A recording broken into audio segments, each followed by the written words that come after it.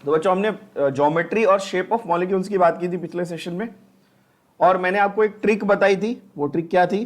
देखो इस चैप्टर में मैं बार बार कहते रहता हूँ कि इसमें ना tips and tricks are very important when it comes to solving questions for your entrance exams, right. A lot of tricks are there. जैसे कि हमने फॉर्मल चार्ज किया, उसका फॉर्मूला क्या, बट मैंने आपको बोला फॉर्मूला यूज मत करना, ट्रिक यूज करना। Same way geometry and shape के लिए भी आज हम लोग देखेंगे कि ट्रिक्स किस तरह आपको काम आने वाली है। और मेनली मैंने आपको एक फंडा ये बताया था कि बॉन्ड पेयर्स और लोन पेयर्स कितने हैं, उसके बेसिस पे आपको ज्योमेट्री याद कर लेनी है। जैसे 2-0 यानी कि 2 बॉन्ड पेयर 1 लोन पेयर है तो बेंड शेप है, 2 बॉन्ड पेयर और 0 लोन पेयर्स है तो लीनियर है, 2 बॉन्ड पेयर 3 लोन पेयर्स है तो भी लीनियर है, या फिर 4 बॉन्ड पेयर 0 लोन पेयर्स हैं तो टेट्राहेड्रल है। ठीक है, तो यहाँ पर ये डायरेक्ट हमने पूरा चार्ट लिखा था। आई होप ये सबने कंप्लीट किया है पिछली बार, राइट। उसके बाद हमने टेक्स्ट बुक के फॉर्मेट में देखा कि किस तरह से इन्होंने आपको दिया हुआ है नंबर ऑफ बॉन्ड पेयर्स के हिसाब से कौन सा स्ट्रक्चर आने वाला है, right. Now we spoke about the structures और the molecules where in the number of lone pairs was 0। अभी तक हमने यहां तक लास्ट डिस्कशन कंप्लीट किया था उन मॉलिक्यूल्स के बारे में जहां पर नंबर ऑफ लोन पेयर्स कितने थे बच्चों? 0। लोन पेयर्स एग्जिस्ट नहीं कर रहे थे। क्यों लोन पेयर्स बहुत इंपॉर्टेंट हो जाते हैं ये भी लास्ट टाइम डिस्कस किया था, दोबारा एक बार रिपीट कर देता हूं। अगर लोन पेयर 0 है तो एक्सपेक्टेड ज्योमेट्री और ऑब्जर्व्ड ज्योमेट्री सेम रहेगी। मैंने एक्सपेक्टेड और ऑब्जर्व्ड के लिए वर्ड्स बताए थे स्पेसिफिक, याद है किसी को वर्ड्स क्या थे? जो एक्सपेक्टेड है उसको आपने क्या बोला था? ज्योमेट्री। जो रियल में दिखता है उसको आप क्या बोलते हो? शेप। ये बोला था, याद करो फिर से। जो एक्सपेक्टेड था, जो थियोरेटिकली आपने निकाला, कैलकुलेट किया, वो क्या थी? ज्योमेट्री। और जो रियल में ऑब्जर्व हो रही है वो क्या है? Shape. When will the geometry and shape be the same? When number of lone pairs is 0। तो when number of lone pairs is 0, then expected shape या expected geometry, so there is no distortion। ये मैंने ऐसे आपको बोला था, ये बार बार repeat करते रहूंगा ताकि आपके दिमाग में बैठ जाए। कोई डिस्टॉर्शन नहीं होगा। डिस्टॉर्शन नहीं होगा मतलब कि एक्सपेक्टेड ज्योमेट्री और जो रियल शेप है वो सेम रहेगा। एक्सपेक्टेड ज्योमेट्री जो है और जो रियल शेप है वो सेम रहेगा। यस, ये लिख के रखेंगे स्टेटमेंट हमेशा, यहां पर भी लिख देंगे वापस। ठीक है, भले 4 बार लिख दो चलेगा, रिपीट कर लो बट मिस मत करो। अब देखो यहां पर क्या फंडा है कि भाई नंबर ऑफ लोन पेयर्स, अभी तक जितने भी थे जहां पे फंडे थे वहां पर लोन पेयर एक भी नहीं आ रहा था। देखो नंबर ऑफ बॉन्ड पेयर्स था। ये कौन से वाले? ये जो इलेक्ट्रॉन पेयर्स लिखे हैं ये कौन से वाले पेयर्स लिखे थे अभी तक के एग्जांपल्स में? ये सारे मैंने बॉन्ड पेयर्स लिखे थे। कैसे लिखे थे? ये बॉन्ड पेयर्स लिखे थे, है ना। अब हम लोग आते हैं कि लोन पेयर, और जैसे जैसे लोन पेयर आएगा वैसे वैसे डिस्टॉर्शन बनेगा। ये बात समझ लो, ठीक है। आप बोलोगे ठीक है, चलो मान लिया। एग्जाम्पल देखो, पहला एग्जाम्पल, जब 2 बॉन्ड पेयर और 1 लोन पेयर है। क्या है बच्चों? There are 2 bond pairs and 1 lone pair on the central atom. तब जो शेप है वो कैसा रहेगा? बेंट शेप रहेगा। कैसा रहेगा शेप? मॉलिक्यूल का बेंट शेप रहेगा। देखो हमने यहां पे लिखा है ना 2 and 1, देखो कॉम्बिनेशन दिख रहा है आप लोग को, आपने सबने टेबल में लिखा है ये 2 and 1, 2 bond pair 1 lone pair. कैसा शेप है? बेंट शेप है। बोलो हाँ या ना? सही है, right. SO2 molecule is a classic example of the same. Sulphur dioxide का मॉलिक्यूल SO2 यानी सल्फर डाइऑक्साइड का जो मॉलिक्यूल है वो क्लासिक एग्जांपल है। फिर से ध्यान से देखो जरा सल्फर डाइऑक्साइड के मॉलिक्यूल को। SO2 का मॉलिक्यूल कैसा दिखता है? सल्फर के साथ डबल बॉन्ड है ऑक्सीजन, डबल बॉन्ड है ऑक्सीजन, और सल्फर के ऊपर एक लोन पेयर है। कैसे मुझे कैसे पता कि सल्फर पे लोन पेयर है? आप लोग अगर अभी तक इसका स्ट्रक्चर लिखना नहीं सीखे हो तो फिर से स्टार्टिंग से देखो और सीखो। मैंने लुईस स्ट्रक्चर तो डिटेल में सिखाए। मुझे बताओ सल्फर कौन से ग्रुप ऑफ पीरियोडिक टेबल का एलिमेंट है? ग्रुप 16 का है। तो बाहर कितने इलेक्ट्रॉन होंगे इसके पास? 1 2 3 4 5 6। अग्रीड? यस। 2 बॉन्ड यहां बना दिया ऑक्सीजन के साथ, 2 बॉन्ड यहां बना दिया ऑक्सीजन के साथ। कितने लोन पेयर बचे? 1 लोन पेयर बचा। 2 इलेक्ट्रॉन बचे, मतलब 1 लोन पेयर बचा। ठीक है, तो अब मुझे बताओ ये जो डबल बॉन्ड है इसमें पहला वाला सिग्मा है, दूसरा पाई है, पहला वाला सिग्मा है, दूसरा पाई है। मेरे को कौन सा वाले पे फोकस करना है? दोनों पे कि सिर्फ सिग्मा पे? अभी बताया था काउंट करते वक्त मैं जब बॉन्ड पेयर्स पे फोकस कर रहा हूं, मेरे को किस पे फोकस करना है? सिग्मा, सिर्फ सिग्मा पे कि दोनों पे? सिर्फ सिग्मा। तो कितने सिग्मा बॉन्ड दिख रहे हैं आपको? एक इधर एक इधर, तो टोटल कितने सिग्मा बॉन्ड हुए? 2 बॉन्ड पेयर इलेक्ट्रॉन हुए। लोन पेयर कितने हुए? 1 लोन पेयर हुआ। क्या ये क्लैरिटी आई? बोलो हाँ या ना। यस, 2+1 का कॉम्बो बना।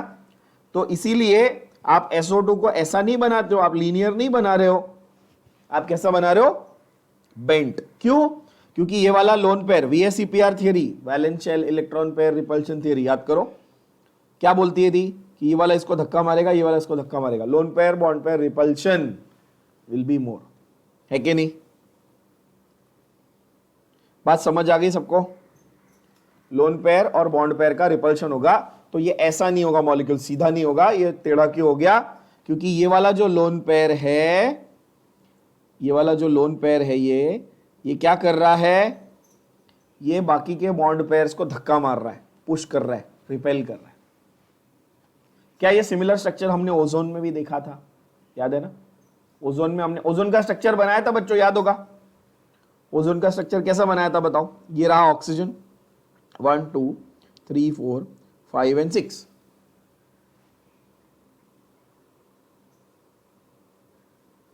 डबल बॉन्ड हो,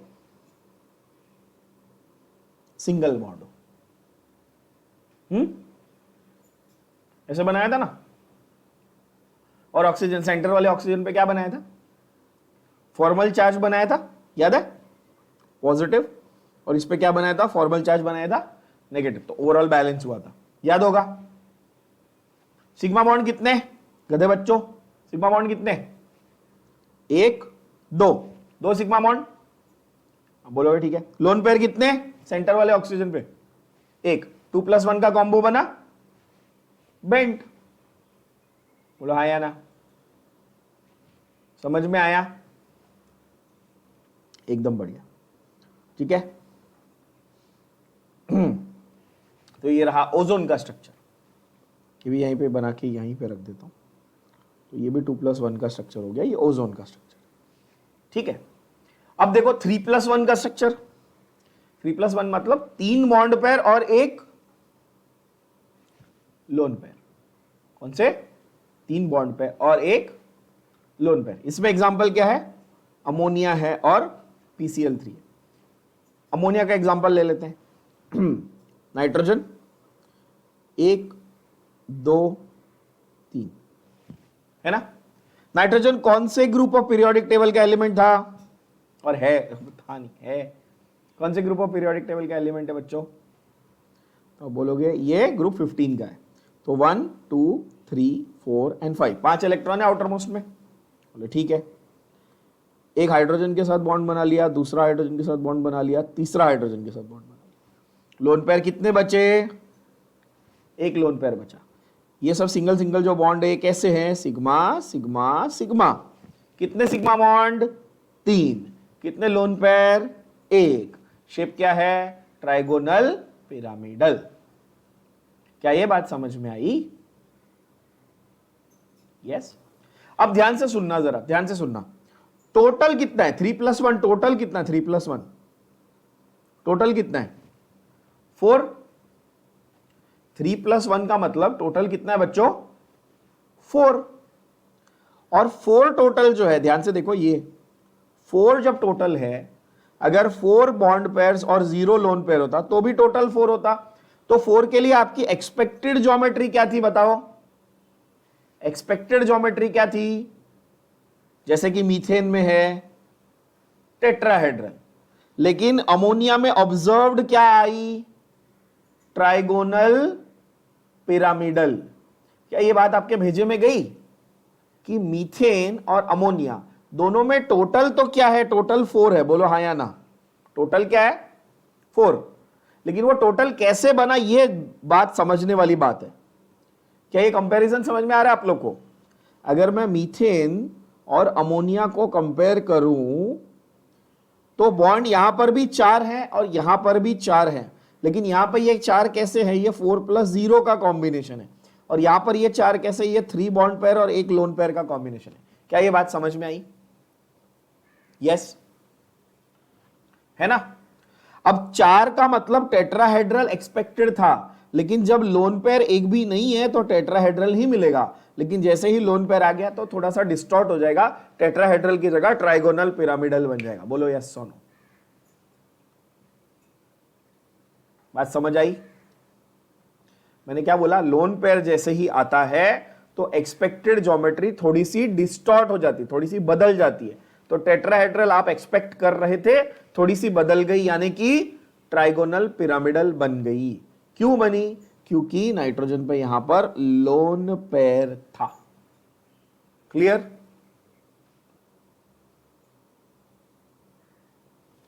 देखो इमेजिन करो जरा, अभी इसमें देखो, तुम लोग को अच्छे से समझ में आएगा। क्या स्क्रीन पे सब दिख रहा है ना? क्लियर? ठीक है, ये देखो। अब देखो बच्चों, समझो कैसा है यार। अगर समझो आप मीथेन की बात कर रहे हो, किसकी बात कर रहे हो? मीथेन की। तो ये जो मेरा फिस्ट है ये कार्बन एटम है, समझ लो। ये क्या है? सेंटर का कार्बन एटम है, ऐसा मान लो आप। हाँ, अब एक बॉन्ड ऐसा ऊपर है, एक बॉन्ड यहां है और एक बॉन्ड ऐसे लगा हुआ है, समझो। ये 3 हो गए। चौथा बॉन्ड जो है ना वो इसके ऊपर है, ऐसे बाहर, ये रहा। मतलब अगर आप स्क्रीन पे ऐसे देख रहे हो तो एक आपकी तरफ आ रहा है बॉन्ड, समझ रहे हो? एक बॉन्ड बाहर आपकी तरफ आ रहा है और पीछे देख रहे हो एक बॉन्ड मेरी तरफ आ रहा है। साइड से देखोगे समझेगा। देखो मैं ऐसे पकड़ रहा हूं, ऐसे एक बॉन्ड आपकी तरफ आ रहा है, एक बॉन्ड मेरी तरफ आ रहा है। समझ पा रहे हो? मॉलिक्यूल कैसा दिखेगा? ये कार्बन है, ये 4 कोने हैं। 4 कोने पे क्या लगा है बच्चों? 4 कोने पे क्या लगा है? हाइड्रोजन लगा हुआ है। मतलब कार्बन सेंटर में hydrogen hydrogen hydrogen hydrogen. Can you imagine now? Yes. अब ये चारों कोने को ज्वाइन करो, चारों कॉर्नर्स को क्या करो? इमेजिन करो। ये चारों कॉर्नर्स को हमने क्या किया? ज्वाइन किया ऐसे लाइन से। तो इधर से ऐसे अगर मैं इस लाइन को, इसको ज्वाइन करा, देखो एक और एक, तो क्या यहां पे ट्राइंगल बनता हुआ दिख रहा है आपको? है ना? तो ऐसे मैं कहीं पे भी अगर ज्वाइनिंग करूं तो आपको ट्राइंगल बनता हुआ दिख रहा है फेस पे, राइट? इस स्ट्रक्चर को हम क्या बोलते हैं? टेट्राहेड्रॉन बोलते हैं। क्या बोलते हैं इसको? स्ट्रक्चर को टेट्राहेड्रॉन। फिर से देखो, टेट्राहेड्रॉन बनाना बहुत इजी है। 3 ऐसे बना लो, समझो। ये मैंने कार्बन बना दिया सेंटर में और ये 3 मैंने ऐसे बना दिए और एक ऊपर बना, देखो बस, है ना? ये बन गया टेट्राहेड्रॉन। और कोई भी 3 पॉइंट लो, ज्वाइन कर लो। अमोनिया में क्या होता है बताओ जरा? नाइट्रोजन सेंटर में। अमोनिया में क्या होता है? नाइट्रोजन सेंटर में, कार्बन की जगह अभी क्या है? नाइट्रोजन। बट ऊपर का ये एक बॉन्ड गायब हो गया ना यार, समझे कि नहीं समझे? ये पहले क्या था? टेट्राहेड्रॉन था, मीथेन, है कि नहीं? अब ऊपर क्या? लोन पेयर है, बॉन्ड नहीं बन रहा, बॉन्ड पेयर नहीं है, समझे? खाली लोब है। तो अब क्या हुआ, समझे? अब ये जो है ना, ये ट्राइगोनल पिरामिड बन गया। ये ऐसा एक पिरामिड जैसा दिख रहा है ना, कि जिसका बेस भी ट्राइंगल है और फेस भी ट्राइंगल है। बोलो हाँ कि ना? इसको बोलते हैं ट्राइगोनल पिरामिडल। तो ये जो है आपका ट्राइगोनल पिरामिड बन जाता है। फिर से बता रहा हूं, जो इजिप्ट वाला पिरामिड है उसका स्क्वायर बेस होता है। जब मैं ट्राइगोनल पिरामिड ये वर्ड बोलूं तो बेस कैसा है? देखो गधों, 3 पॉइंट है ना, ज्वाइन करो, ट्राइंगल हुआ। और फेस कैसा है? फेस भी ट्राइंगल है। क्या ये बात समझ में आई? यस और नो? इससे हमको थोड़ी और क्लैरिटी आती है मीथेन और अमोनिया के कंपैरिजन की,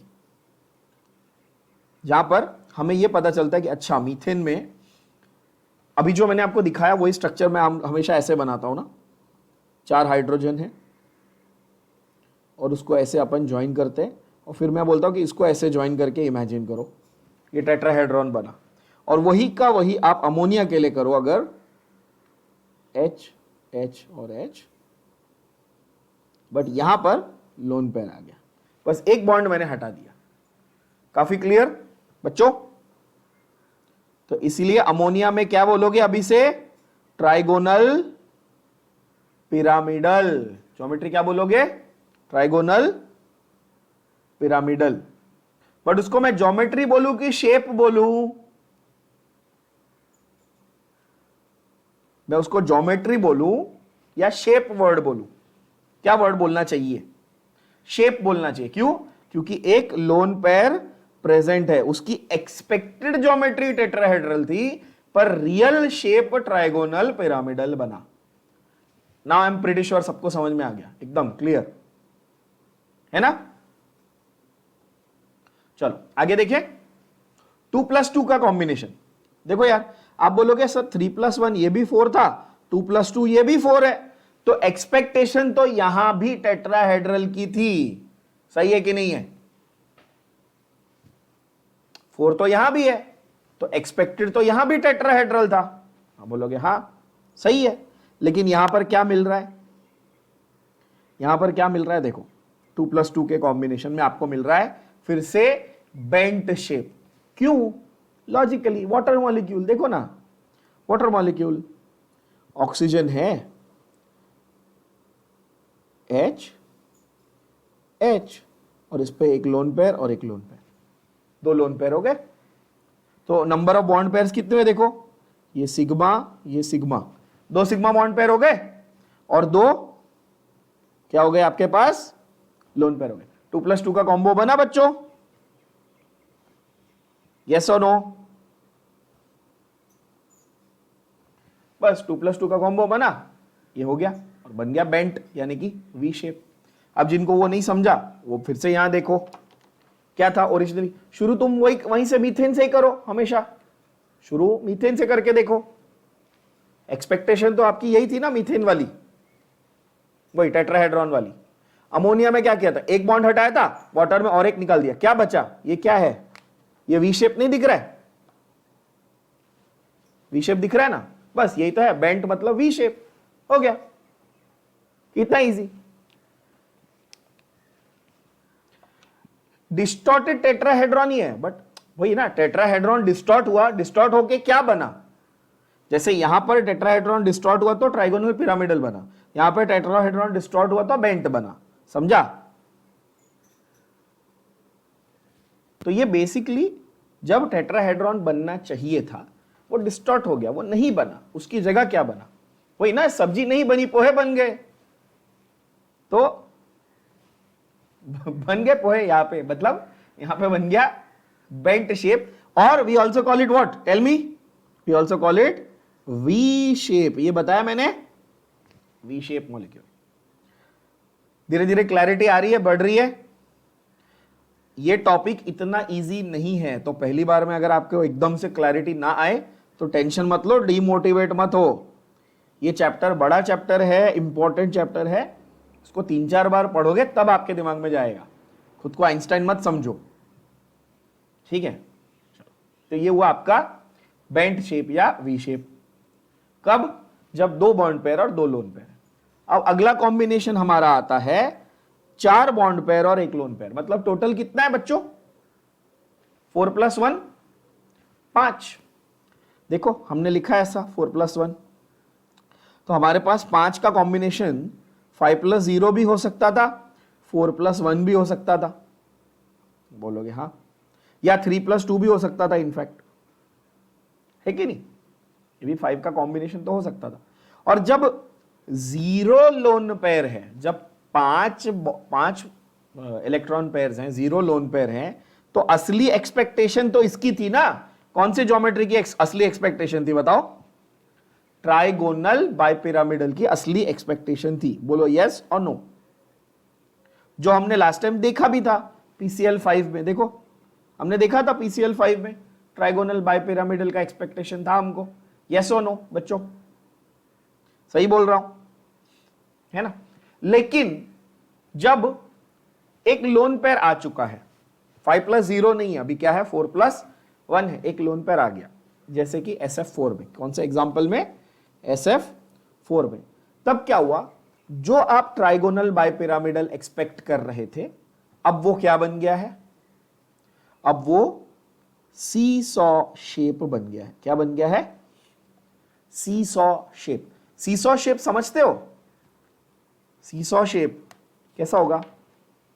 ये इधर एक और इधर, बचपन में वो सीसॉ में बैठते थे ना, ऐसा,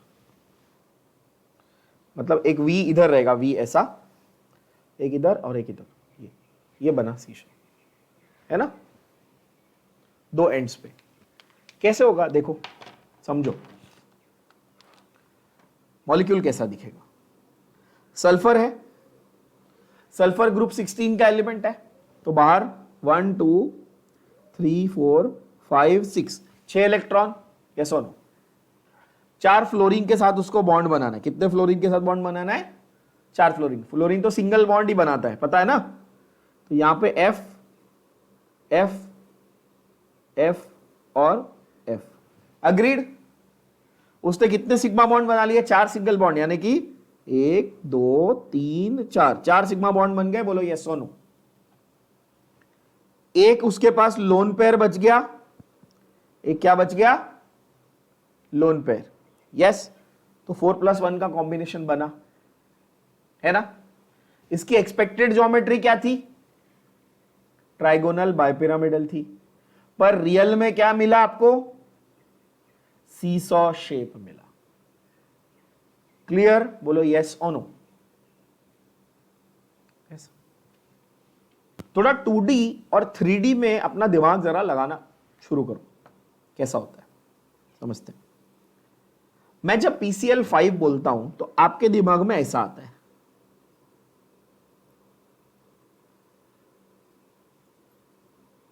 ऐसा स्ट्रक्चर आ गया PCl 5, फॉस्फोरस है, 5 बॉन्ड क्लोरीन के साथ बना लिया, है ना? पर मुझे ये बताओ, कॉमन सेंस यूज करके बताओ कि मॉलिक्यूल, जो मॉलिक्यूल है, ये 2 डायमेंशनल ऑब्जेक्ट है कि 3 डायमेंशनल ऑब्जेक्ट है? पहले ये बताओ। ये एक रियल मॉलिक्यूल है ना, तुम इसकी ड्राइंग 2 डायमेंशनल में कर रहे हो, तुम इसको पेपर पे ड्रॉ करते वक्त इसको 2D बना रहे हो, पर ये मॉलिक्यूल एक ऑब्जेक्ट है ना, तो ये 3 डायमेंशनल है रियल लाइफ में। बोलो यस और नो? तो आप बोलोगे हाँ ऑब्वियसली 3 डायमेंशनल है सर। तो क्या ये ऐसा दिखेगा क्या कि मतलब कि ये फॉस्फोरस और सारे 5 के 5 क्लोरीन सब एक ही प्लेन में ऐसा चिपके हुए हैं? ये तो 2D हो गया ना, ऐसा तो दिखेगा नहीं रियल में।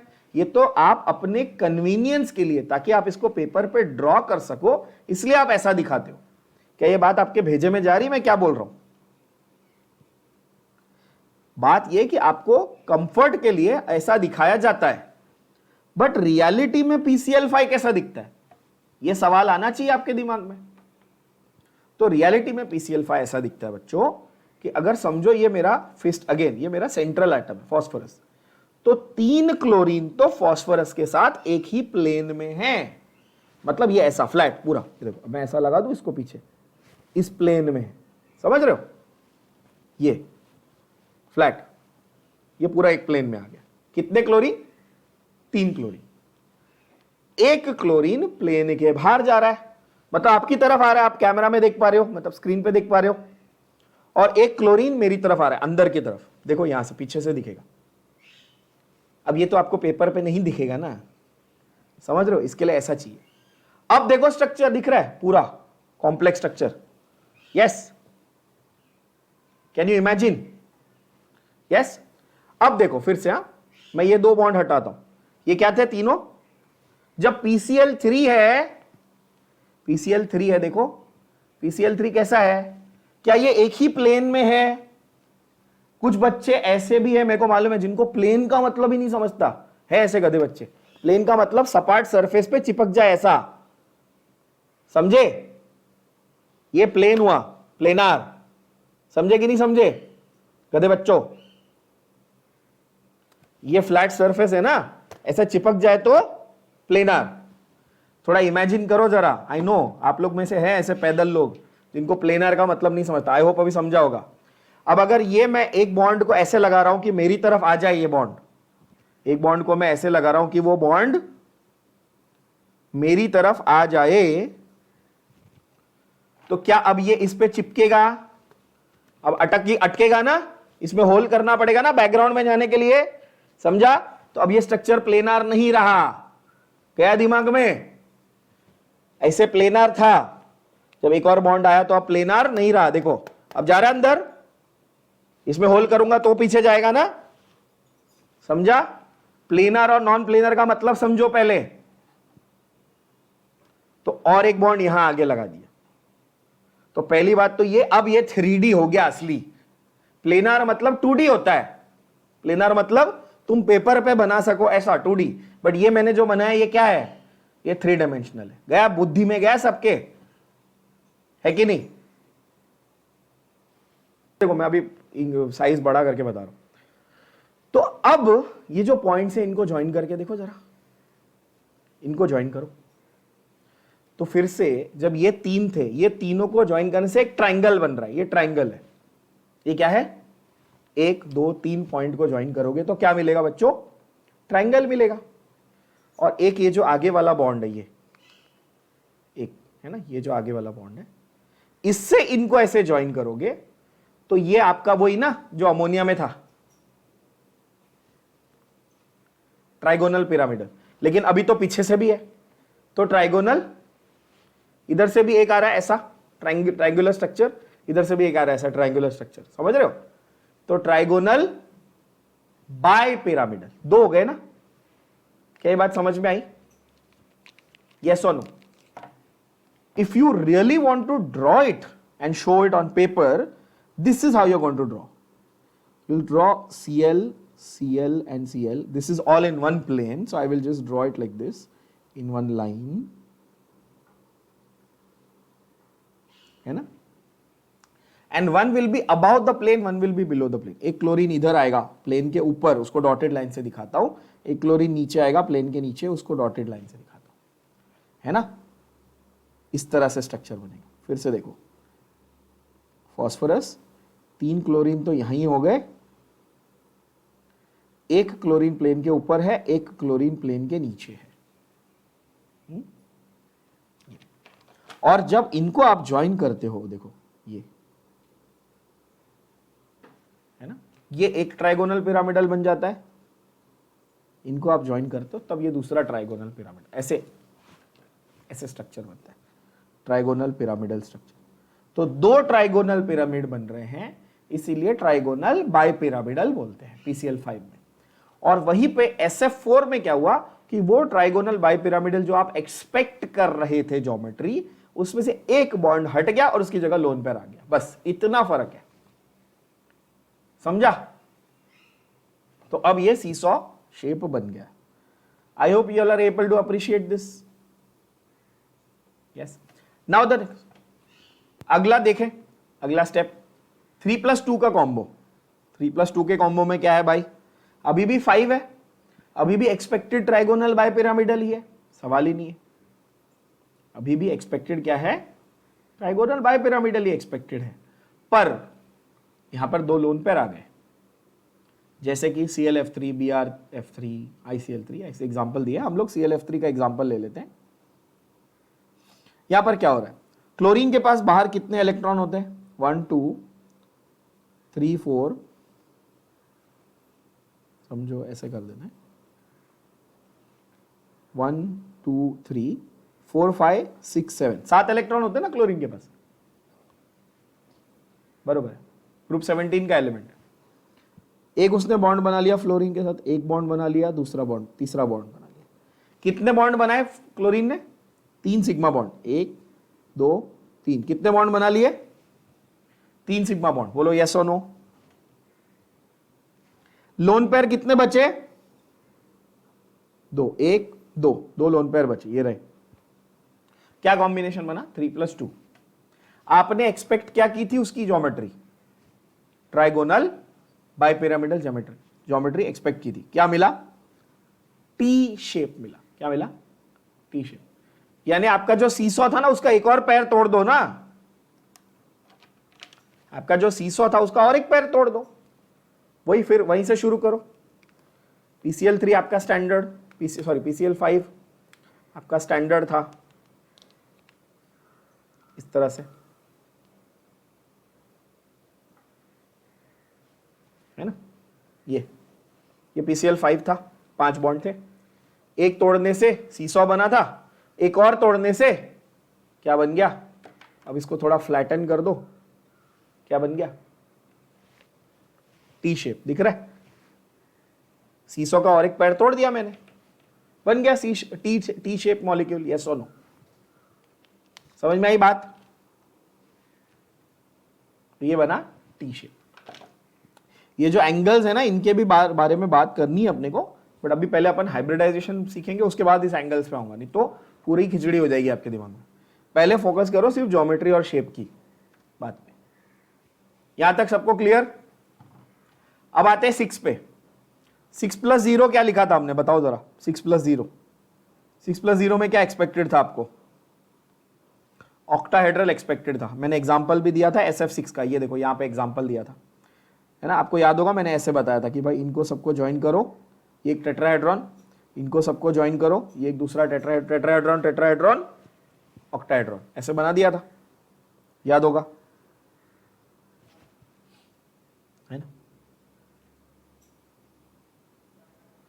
अच्छा, यहां पर लोन पेयर नहीं थे, 0 लोन पेयर थे, तो एक्सपेक्टेड भी ऑक्टाहेड्रल ज्योमेट्री थी और मिला शेप भी ऑक्टाहेड्रल ही मिला। क्लियर? लेकिन जब 5+1 का कॉम्बिनेशन बनता है, इंस्टेड ऑफ 6+0 क्या बनता है? 5+1, यानी कि 5 बॉन्ड पेयर और एक लोन पेयर का कॉम्बिनेशन बनता है, तो ऑक्टाहेड्रल एक्सपेक्ट किया था, लेकिन क्या ज्योमेट्री मिल रही है? स्क्वायर पिरामिडल ज्योमेट्री मिल रही है। कैसी मिल रही है? स्क्वायर पिरामिडल ज्योमेट्री मिल रही है। एग्जाम्पल क्या है? BrF5, bromine पेंटाफ्लोराइड। क्या मिल रहा है बच्चों? BrF5, ब्रोमीन ग्रुप 17 का एलिमेंट है। 1 2 3 4 5 6 7 इलेक्ट्रॉन है उसके पास। मैं इतना डिटेल में एक एक स्ट्रक्चर बना रहा हूं ताकि आप लोगों को कोई एक्सक्यूज ना रहे, सर हमको ये नहीं आता। लुईस डॉट स्ट्रक्चर कम से कम 100 बार बना चुका हूं मैं अभी तक। 1 2 3 4 5 फ्लोरीन के साथ उसने बॉन्ड बना लिए। कितने सिग्मा बॉन्ड दिख रहे हैं? 1 2 3 4 5 सिग्मा बॉन्ड। यस। कितने लोन पेयर दिख रहे हैं? ये रहा, एक लोन पेयर। 5+1 का कॉम्बो बना, स्क्वायर पिरामिडल ज्योमेट्री बन गई। क्या ये बात समझ में आई? थोड़ा दिमाग लगाओ जरा। स्क्वायर पिरामिड मतलब क्या? स्क्वायर पिरामिड मतलब क्या? क्या होगा? वही इजिप्ट वाला पिरामिड जो बताया था, जिसका बेस क्या है? स्क्वायर है और इसके ऊपर एक चोटी है। समझ पा रहे हो? ये देखो, ये रहा उसका बेस, ये रहा उसका बेस, एकदम फ्लैट स्क्वायर है उसका बेस, ऐसा है।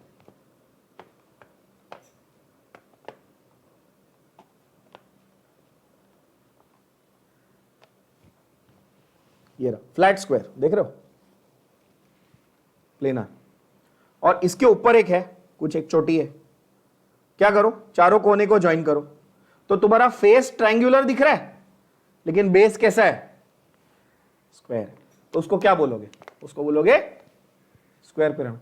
तो कम से कम इतनी तो अक्ल आ गई कि कभी कोई बोले कि इजिप्ट वाले पिरामिड कौन से है, तो क्या बोलोगे? इजिप्ट वाले स्क्वायर पिरामिड है। और जो हमारे पास है, हमारे पास ट्राइगोनल पिरामिड भी है केमिस्ट्री में है, और स्क्वायर पिरामिड भी है, सब दिखता है हमको अलग अलग टाइप के। समझ में आ रही है बात बच्चों? तो आपके पास स्क्वायर पिरामिड शेप दिखेगा जब 5 bond pairs and 1 lone pair आएगा। And last but not least एकदम इजी हो जाता है, स्क्वायर प्लेनर कब दिखता है? जब 4 बॉन्ड पेयर और 2 लोन पेयर आ जाते हैं। और इसका एग्जाम्पल बड़ा यूनिक है, ध्यान से देख लेना जरा। क्या ये XeF4, क्या नाम होगा इसका? ज़ेनॉन, क्या नाम होगा? Xenon tetrafluoride. क्या नाम होगा बच्चों? ज़ेनॉन क्या है, कौन सा एलिमेंट है ये ज़ेनॉन? मैंने पीरियोडिक टेबल चैप्टर तो पढ़ा ही आप लोगों को, ग्रुप 18। अब आपको तो बचपन से ये पढ़ाया गया कि नोबल गैसेस तो बॉन्ड्स बनाते ही नहीं, कंपाउंड्स तो बनाते ही नहीं, रिएक्ट ही नहीं करते, सही है ना? इनर्ट गैस है वो तो। लेकिन ज़ेनॉन के बहुत सारे कंपाउंड्स हैं। नील बार्टलेट ने if I am not wrong 1962 में इसके कंपाउंड्स बनाए थे और उनको नोबेल प्राइज मिला था उसके लिए, ठीक है? क्योंकि ये रेयर होते हैं ना, नोबल गैसेस के कंपाउंड ज्यादा मिलते नहीं है आपको, तो ये बहुत इंपॉर्टेंट एग्जाम्पल बन जाता है बच्चों, बहुत ही इंपॉर्टेंट एग्जाम्पल। आई होप ये समझ आ रहा है आपको। स्ट्रक्चर बनाना बहुत ईजी है। ज़ेनॉन है 1 2 3 4 5 6 7 8, यस 8 बॉन्ड 8 इलेक्ट्रॉन है ज़ेनॉन के बाहर, है ना? क्या करेगा वो? 4 फ्लोरीन के साथ आपको बॉन्ड बनाना है, 1 2 3 और 4। कितने सिग्मा बॉन्ड बना लिए उसने? 1 2 3 4। कितने बॉन्ड हो गए? बॉन्ड पेयर हो गए 4 सिग्मा बॉन्ड। लोन पेयर कितने बचे? देखो 1 2 2 लोन पेयर बचे, 4 + 2 का कॉम्बिनेशन, टोटल 6, टोटल 6, 4 + 2 ना 6। क्या एक्सपेक्ट किया था? ऑक्टाहेड्रल एक्सपेक्ट किया था, क्या मिला? स्क्वायर प्लेनर मिला। स्क्वायर प्लेनर कैसा दिखता है? एक प्लेन में स्क्वायर बना हुआ है, एक प्लेन में ही क्या बना हुआ है? स्क्वायर बना हुआ है, उसी को क्या बोलते हो? Square planar. ये है ना, ये बन गया इसको पहले स्क्वायर प्लेनर, खत्म। क्या टेंशन है कि नहीं? That is xenon tetrafluoride. तो प्लेनार स्ट्रक्चर जो है मतलब वो 2D है, यस और नो? प्लेनार स्ट्रक्चर है मतलब वो कैसा है? 2D है। क्या ये बात सबके भेजे में गई? प्लेनार का मतलब 2D होता है, यस और नो? है ना? यस। अगला इस पे अगले हम लोग कॉन्सेप्ट पे जाते हैं। तो अभी हमको ये समझ में आया कि अच्छा भाई ज्योमेट्री क्या होती है, शेप क्या होता है, एक्सपेक्टेड, और अगर लोन पेयर है तो थोड़ा डिस्टॉर्शन हो गया, यहां तक हमको समझ में आ गया। और ये सारा कुछ VSEPR थियोरी के ऊपर था, ये मत भूलना। किसके ऊपर था?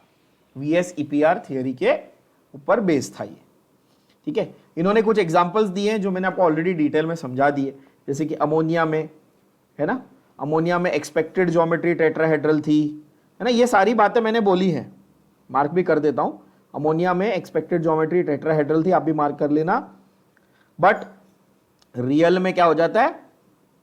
शेप जो है वो पिरामिडल बन जाता है। मैंने स्पेसिफिक वर्ड्स यूज किए, याद रखना। Expected geometry tetrahedral but real shape pyramidal. Same way water molecule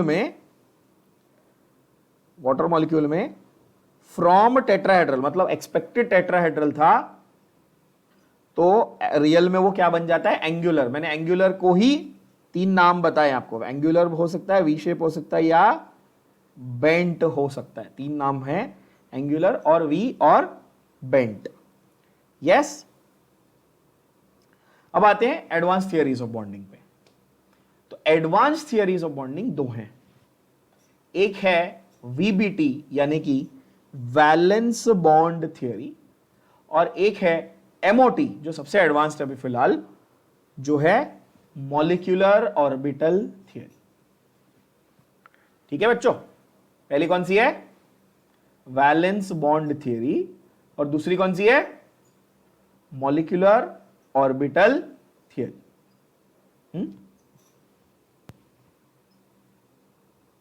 अभी तक हमने जो देखा उसका एक छोटा सा समरी लिखते हैं। हमारी जो थियरीज थी वो कौन से, हम लोग कहां से प्रोग्रेस किए? हमारी सबसे पहली थियरी क्या थी? लुईस एंड कोसेल अप्रोच था, यस। जिसमें उन्होंने सिर्फ ऑक्टेट की बात की और आउटर मोस्ट यानी कि वैलेंस शेल की बात की। यस और नो? उसके बाद दूसरी थियरी हमारी कौन सी थी? VSEPR, जिसमें उन्होंने लोन पेयर रिपल्शन की बात की। यहां तक क्लियर है? अब अगली थियरी जो है उससे थोड़ी ज्यादा एडवांस वाली, वो कौन सी है? Valence bond theory. क्या है? वैलेंस बॉन्ड थियरी, VBT, जिसमें हम लोग क्या बात करेंगे?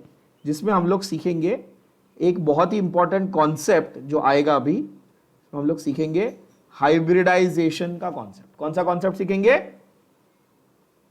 हाइब्रिडाइजेशन का कॉन्सेप्ट।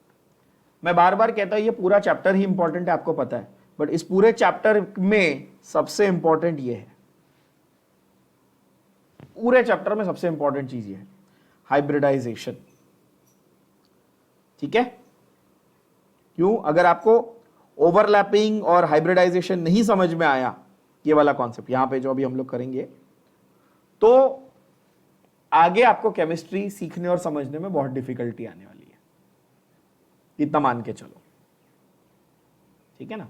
तो बहुत ही ज्यादा इंपॉर्टेंट कॉन्सेप्ट। ओके, अच्छा, ये वाला जो क्या बोलते हैं, वैलेंस बॉन्ड थियरी का जो ये था, कॉन्सेप्ट था, ये कौन से दो साइंटिस्ट ने दिया? Hitler and London. किसने दिया था? Hitler and London. मैंने ये पहले भी कहा है, इस चैप्टर में सारी थियरीज में दो दो साइंटिस्ट के कॉम्बिनेशन के नाम है जो आपको याद करने पड़ेंगे। हिटलर एंड लंडन ने क्या दिया?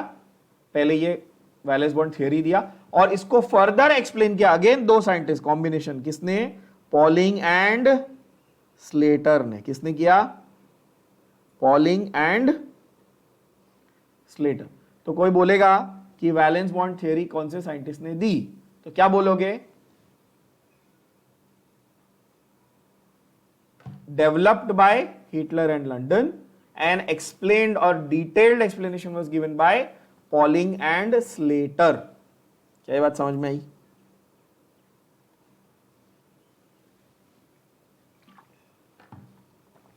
यस।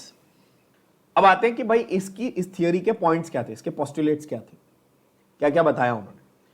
पहला उन्होंने कॉन्सेप्ट बताया कि covalent bond is formed when valence orbital of one atom overlaps with valence orbital of another atom and the condition is both should be half filled। condition is both should be half filled मतलब कि दोनों के पास electron जो है, अब अच्छा, एक orbital की कैपेसिटी कितनी होती है? बहुत डिटेल में सिखा चुका हूं, सबको आना चाहिए। एक ऑर्बिटल की, किसी भी एक ऑर्बिटल की कैपेसिटी कितनी इलेक्ट्रॉन्स की होती है? दो। When you say half filled मतलब उसमें कितना इलेक्ट्रॉन रहेगा? एक। तो एक एटम का एक हाफ फील्ड यानी कि एक इलेक्ट्रॉन इधर से आया, एक इलेक्ट्रॉन इधर से आया, जब दोनों ओवरलैप हुए तो जोड़ी बनी यानी बॉन्ड बना। बोलो हाँ या ना? हाफ फिल्ड वैलेंस ऑर्बिटल यहां से आया, हाफ फिल्ड वैलेंस ऑर्बिटल यहां से आया, कोवैलेंट बॉन्ड बना। ये सिंपल पहला पॉइंट है, काफी लॉजिकल है। बोलो हाँ, ये तो हमको पता है, इसमें क्या है?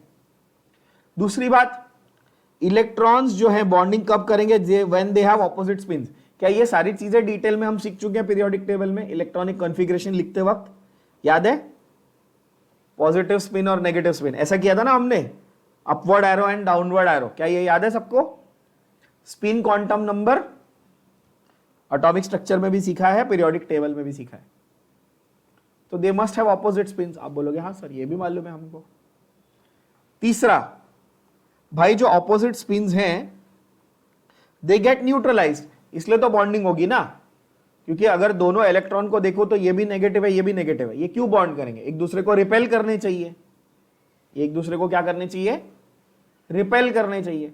But because of their opposite spin, एक ऐसे क्लॉकवाइज घूम रहा है तो दूसरा एंटी क्लॉकवाइज घूम रहा है, उसकी वजह से ये साथ में रहेंगे और रिपेल नहीं करेंगे, तब बॉन्ड बनेगा। क्या ये बात समझ में आई? है ना? बढ़िया। तो opposite spins basically gets neutralised and energy release हो जाती है। देखो, जब स्पिन न्यूट्रलाइज होगा तो एनर्जी को बाहर फेंकेगा, तो ओवरऑल सिस्टम की एनर्जी डिक्रीज हो गई। डिक्रीज हुई तो स्टेबिलिटी बढ़ी, तभी वो बॉन्ड स्टेबल रहेगा। जिस चीज की एनर्जी कम है उसकी स्टेबिलिटी ज्यादा है, तो energy is released during overlapping of orbitals. जब ऑर्बिटल आएंगे तो एनर्जी बाहर फेंकी जाएगी। कॉन्सेप्ट समझ में आया? क्यों? क्योंकि ऑपोजिट स्पिन वाले इलेक्ट्रॉन साथ में आए, उनकी स्पिन जो है वो न्यूट्रलाइज हुई, टकराए दोनों आके, न्यूट्रलाइज, टकराए नहीं, बेसिकली ओवरलैप किए, और ओवरलैप किए तो क्या हुआ, एनर्जी बाहर फेंकी, तो इसलिए सिस्टम जो है वो स्टेबल हुआ, इसलिए स्टेबल बॉन्ड का फॉर्मेशन हो पाया। क्लियर बात? यस और no? Greater the overlap stronger the bond. जितना ज्यादा ओवरलैप होगा उतना अच्छा बॉन्ड बनेगा। सही है? एक एग्जांपल लेते हैं। समझो ये एक ऑर्बिटल है, ये दूसरा ऑर्बिटल है, इनकी ओवरलैपिंग करानी है। ये ऐसा हो गया, ये ऐसी ओवरलैपिंग हो गई। कहां है ओवरलैपिंग? ये रही, ये एरिया में, इतने एरिया में ओवरलैपिंग हुई। मैथमेटिक्स वाले बच्चे ये समझते होंगे, आप लोग सेट्स नाम का चैप्टर, उसमें वेन डायग्राम बनाते हो, ऐसे ऐसे वेन डायग्राम बनाते हो, यहां पे ये, अब ये ओवरलैपिंग का एरिया बना। आप बोलोगे ठीक है। अब इसको सिमिलर एक और ऐसा देखते हैं, कंपेयर करते हैं, जहां पर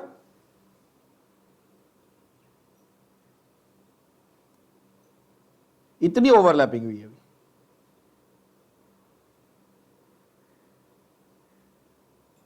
जहां पर ज्यादा ओवरलैपिंग वहां पे ज्यादा स्ट्रॉन्ग बॉन्ड दिख रहा है, सीधा सीधा।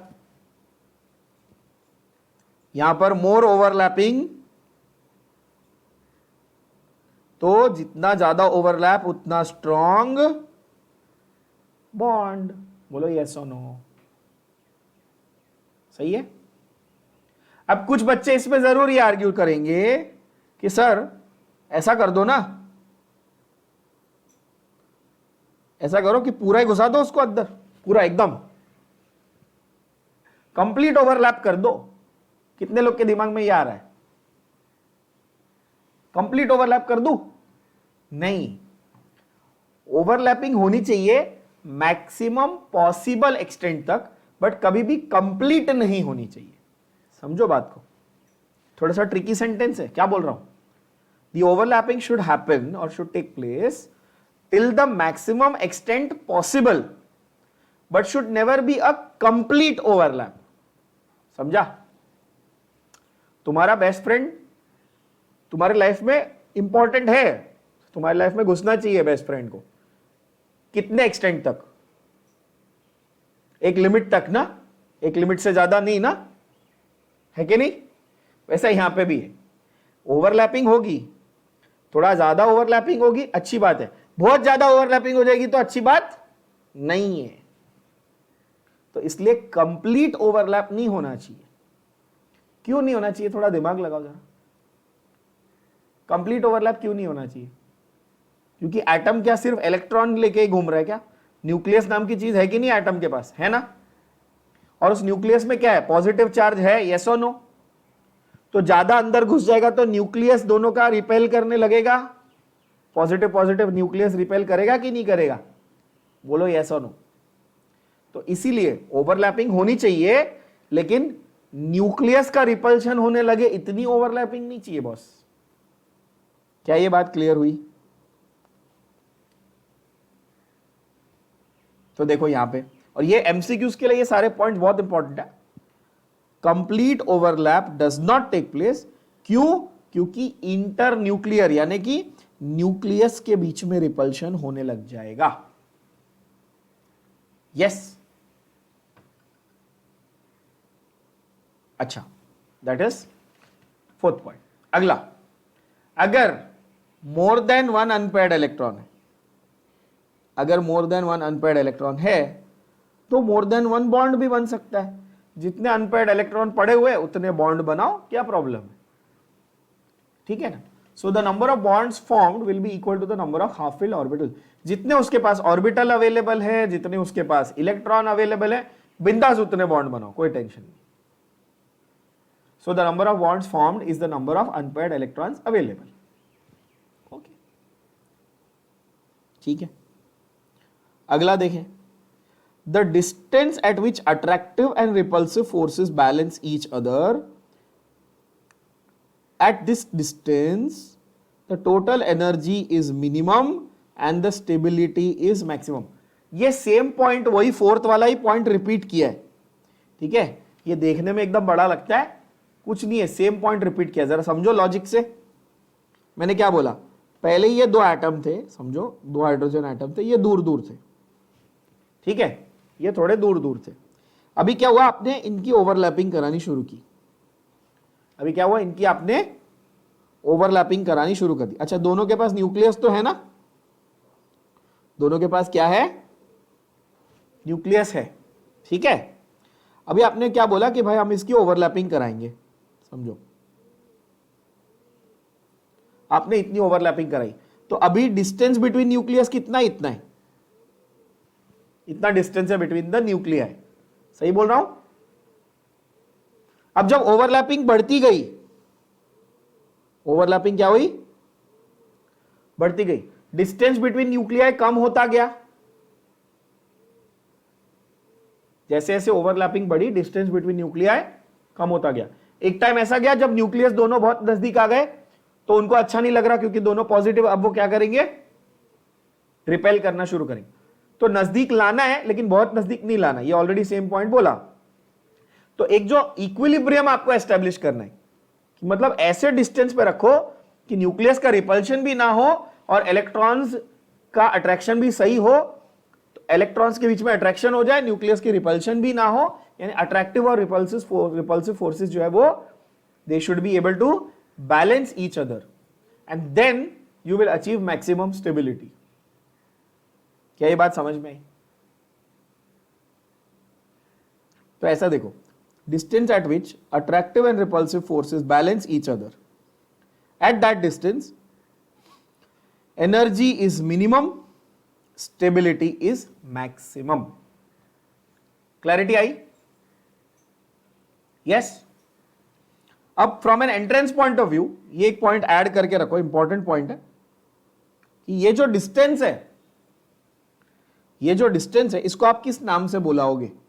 You will call this the bond length। क्या बुलाओगे इसको? क्या बुलाओगे इसको? Bond length. क्यों? क्योंकि दो एटम्स के बीच का सबसे आइडियल डिस्टेंस यही है ना।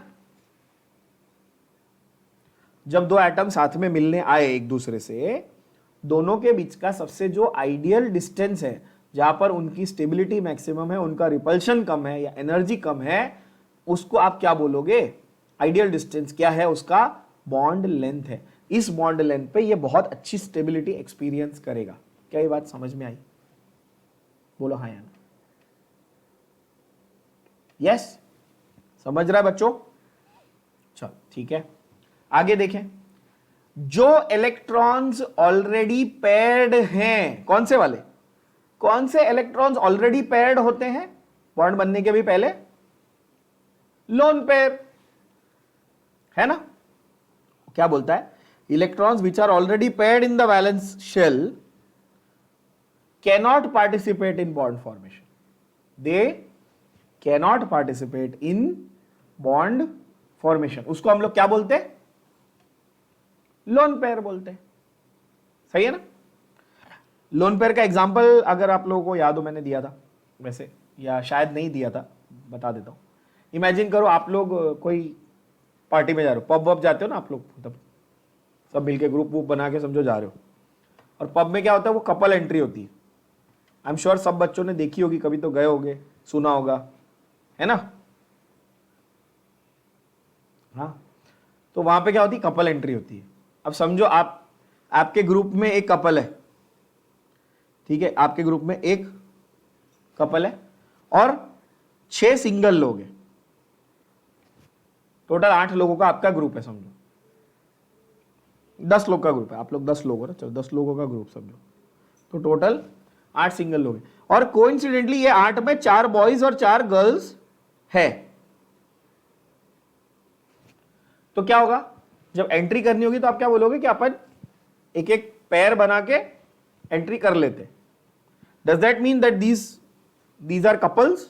No, these are not officially couples ना, they are forming the bond temporarily कि चलो भाई एंट्री हो जाए।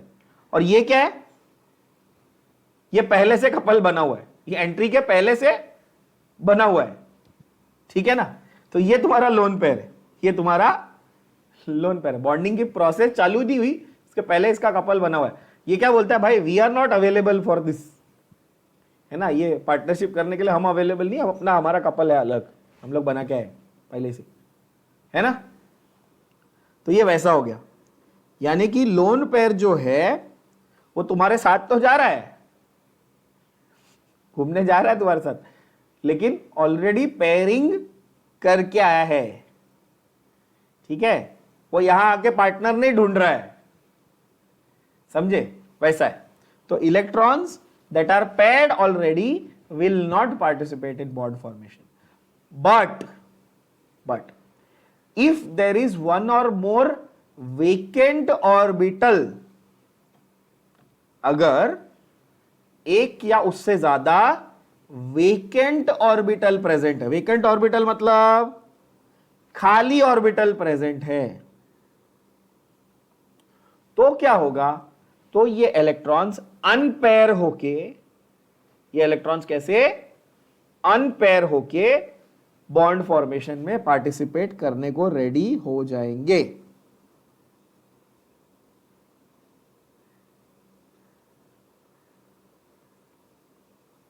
है ना, जैसे तुम और तुम्हारी गर्लफ्रेंड गए पब में एंट्री करने, तो तुम लोग ऑलरेडी पेयर्ड हो, लोन पेयर हो, वहां पे ऋतिक रोशन आ गया, ऋतिक रोशन फिलहाल सिंगल है, डिवोर्स हो गया उसका, ठीक है, तो तुम्हारी गर्लफ्रेंड तुमको छोड़ के ऋतिक रोशन के साथ जाएगी डांस करने, सीधी बात है, और जाना भी चाहिए, क्योंकि हम कौन से ऋतिक रोशन है कि नहीं।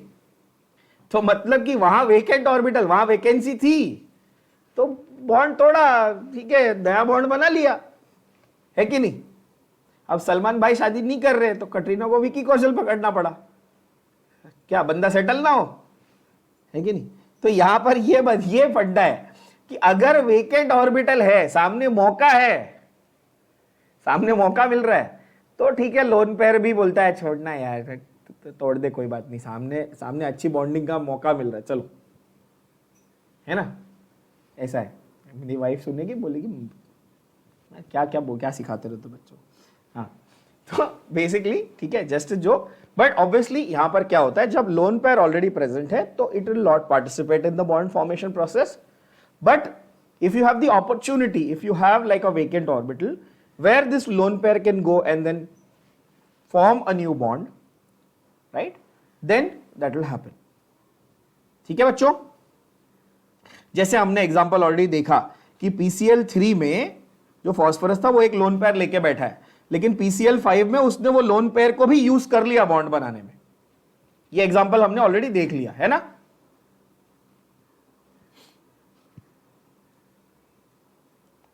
And last but not least, the point is, during bond formation, the s orbital, which is spherical, can overlap in any direction. अच्छा, क्या सारे ऑर्बिटल्स के शेप से आप लोग फेमिलियर हो बच्चों? ऑलरेडी मैंने बताए हुए सारे ऑर्बिटल्स के शेप याद है आप लोगों को? क्या क्या शेप्स बताए थे मैंने? जिनको याद नहीं वो रिवाइज भी करा देता हूं। एस का शेप कैसा था? स्फीयर था। पी का शेप क्या था, याद है? डंबेल शेप था, याद करो। डी का शेप क्या था? डी डबल डंबेल शेप था, याद कर लो जरा, डबल डंबेल था। इनफैक्ट डी में तो 5 ऑर्बिटल होते, तो उसमें से 4 डबल डंबेल थे और एक डोनट शेप था, याद करो, मैंने सारे डिटेल में आपको ड्रॉ करके बताए थे ऐसे। ये थे डबल डंबेल और एक ये था डोनट शेप ऐसा वाला। अगर याद नहीं है तो रिवाइज करो, है ना। हमारा फोकस इन दोनों पे ज्यादा रहेगा, वैसे हमारा फोकस इन दोनों पे ज्यादा रहेगा, और एफ के तो आपको एडवांस लेवल तक भी कोई ड्रॉ करने को नहीं बोलने वाला है, सो टेंशन मत लो, ठीक है। डी के भी टू बी ऑनेस्ट कभी कोई स्ट्रक्चर ड्रॉ करने को नहीं बोलता है। अगर आपको ये दो आते हैं, चारों में से दो ही आते हैं बस, तो भी आपका पूरा का पूरा काम हो गया, ठीक है ना, टेंशन मत लो। और ये दोनों के शेप तो पता है ना, स्फीयर ऐसा दिखता है। जिनको नहीं पता वो जाओ वापस फिर स्कूल में एडमिशन ले लो, साइंस की पढ़ाई छोड़ दो। स्फीयर कैसा दिखता है नहीं मालूम। और पी कैसा दिखता है, डंबल शेप के कितने ऑर्बिटल हैं पी में, 3। ये एक डंबल, ये दूसरा डंबल, ये तीसरा डंबल, ठीक है ना। याद आ रहा है ये गधे बच्चों, यस और नो। ये ऐसे बनाया था मैंने, one is Y axis, the other is X axis, the other is Z axis, इस तरह से। आई होप अभी तो याद आ गया होगा।